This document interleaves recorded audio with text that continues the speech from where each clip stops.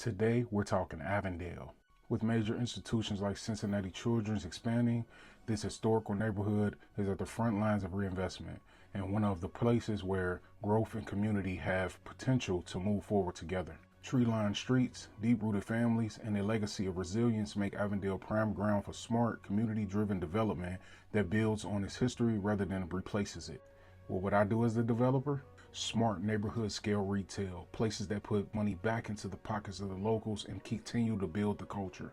I would focus on mixed neighborhood housing that honors Avondale's density. I would also focus on amenities that matter, safe parks, walking trails, green spaces, things that really unite the neighborhood instead of divide it. We have to stop treating Avondale as just another project where people blow in, spend money, and move on. We have a real chance to create some progress and show the city what a beautiful place like Avondale can really be.